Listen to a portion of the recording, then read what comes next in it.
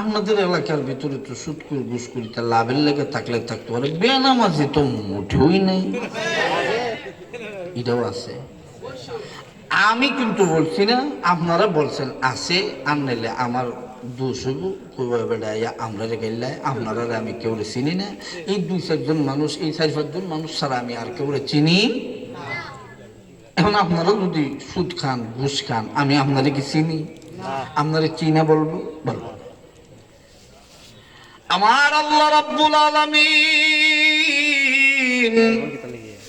ডাক দিয়া বলেন, ওয়াত্তাকু ইয়াওমান তুরজাউনা ফীহি ইলাল্লাহ সুম্মা তুওয়াফফা কুল্লু নাফসিন মা কাসাবাত ওয়া হুম লা